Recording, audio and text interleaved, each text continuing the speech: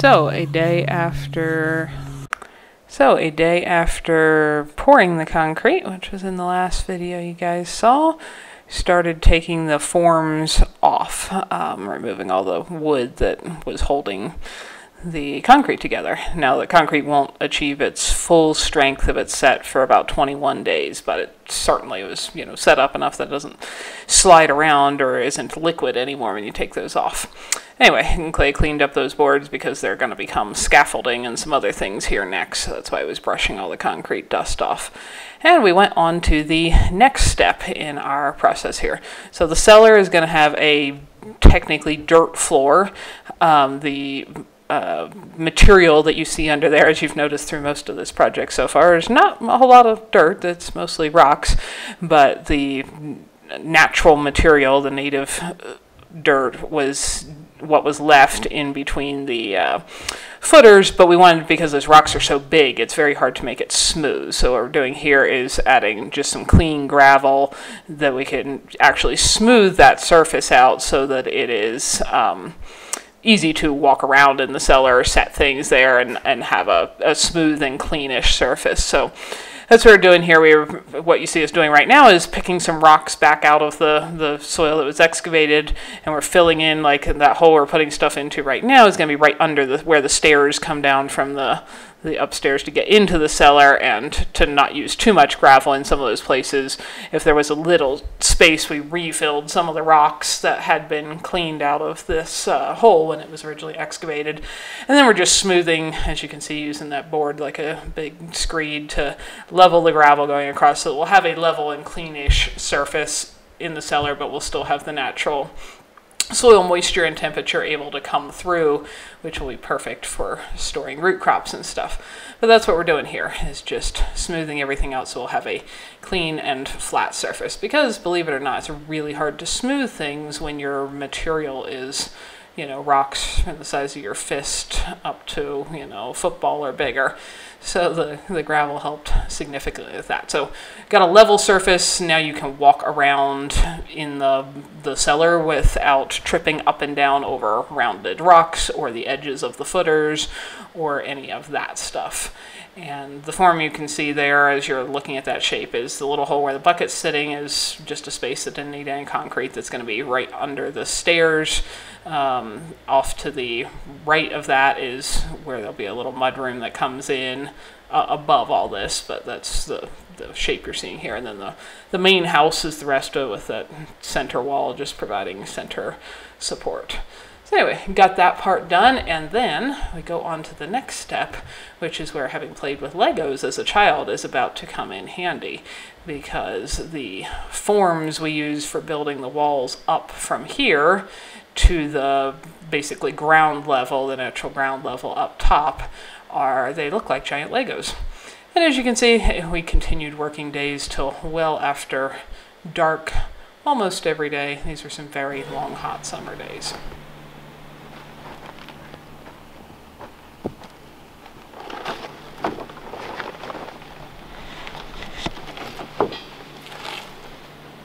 The critters, of course, like to help, which isn't usually helpful at all, but somewhat nicely distracting. So here we start carrying our foam Lego-like blocks over to the hole and start building the walls up. Now these are hollow inside. They're going to be the concrete form. These are called ICF, or insulated concrete form blocks.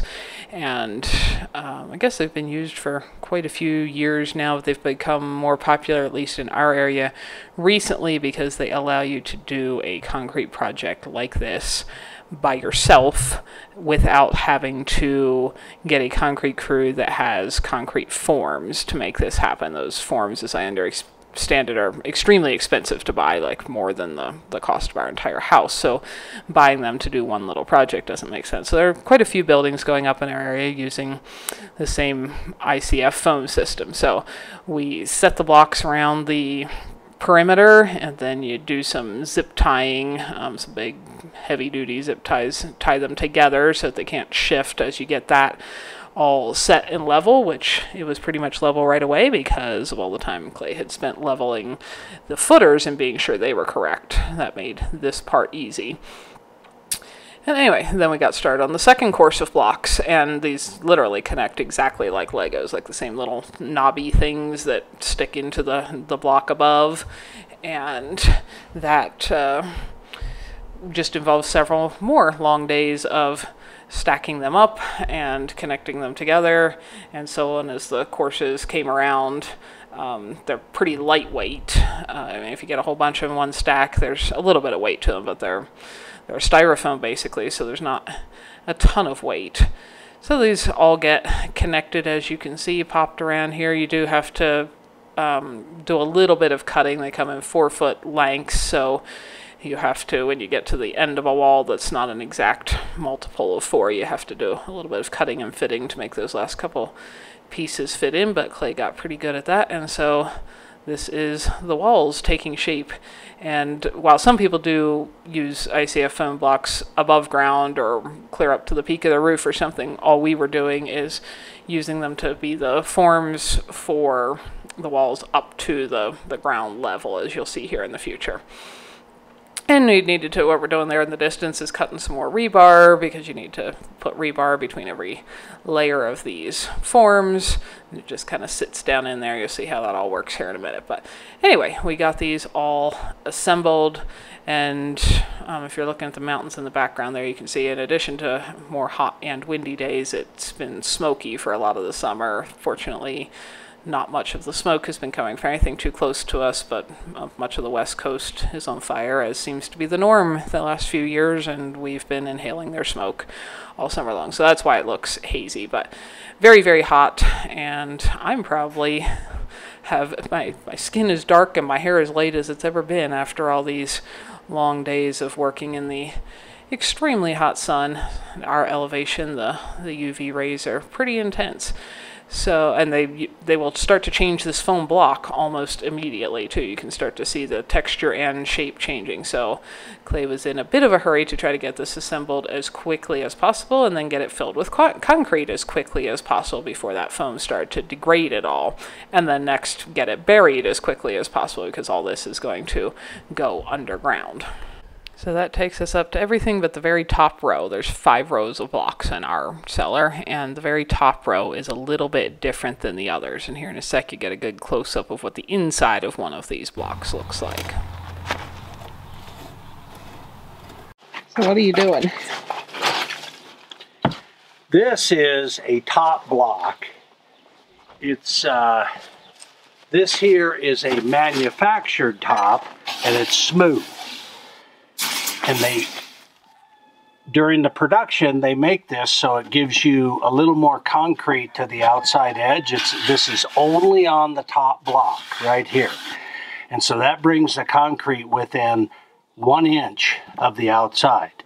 Otherwise, you would have this 2 3/4, you know, that you couldn't put framing on that. It'd be too much, okay? Because every other course of blocks, right, looks like this on top, like a Lego. Right, and these Legos on the corners, because on the corners they do not make a finish top block for the corner, so you're making it. I have to make it, and in doing so I have to cut off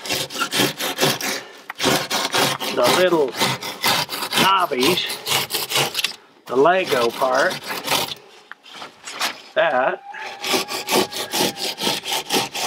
While he does that, his finished modified corners look like this, almost like a manufactured. They've got the same taper, the same narrow edge, just like the regular blocks. But until he does that, all the corners just look like this. And for some reason, the company manufactures a finished top block, but no finished top corners, which seems a little silly to me. So I do that first. Then I take just a regular old horse rasp and buff it out so it's smooth, because I've got a grade to this. My finish grade on the concrete is this, so I want that down the saw only gets it so close. And then I finish it with this. And if they just manufactured a block that matched their other ones for the top, they wouldn't have this. Yeah. And this stuff's a little bit, it's not difficult to cut as in it's hard. It's a pain as in it floats little bits of white styrofoamies all over everything. Yeah, which isn't the end of the world, but you would think with the technology that they have today that they could manufacture, when they've taken the time to set up molds to manufacture all the straight run blocks, but they do not. And you can go to the website and they don't make a top corner block, which really seems silly. I got to get that taper so I can get bolts in here. So I cut this like that.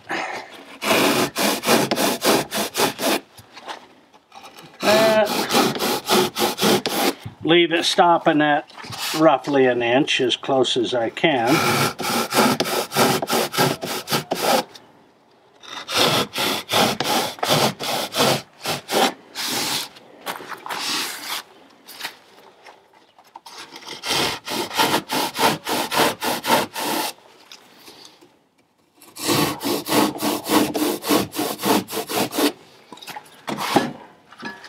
Then I take the, I only got one more cut here I missed. This one. I think I did the others, yeah. I take a keyhole saw. That's what this is, keyhole saw.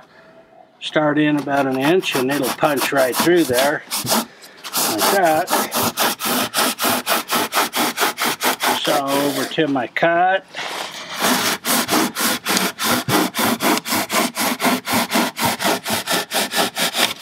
So over there. Sometimes I recut it just to give me a little more slope. And then I'll take the rasp and clean it up. And then you'll have created a corner that matches the other manufactured top.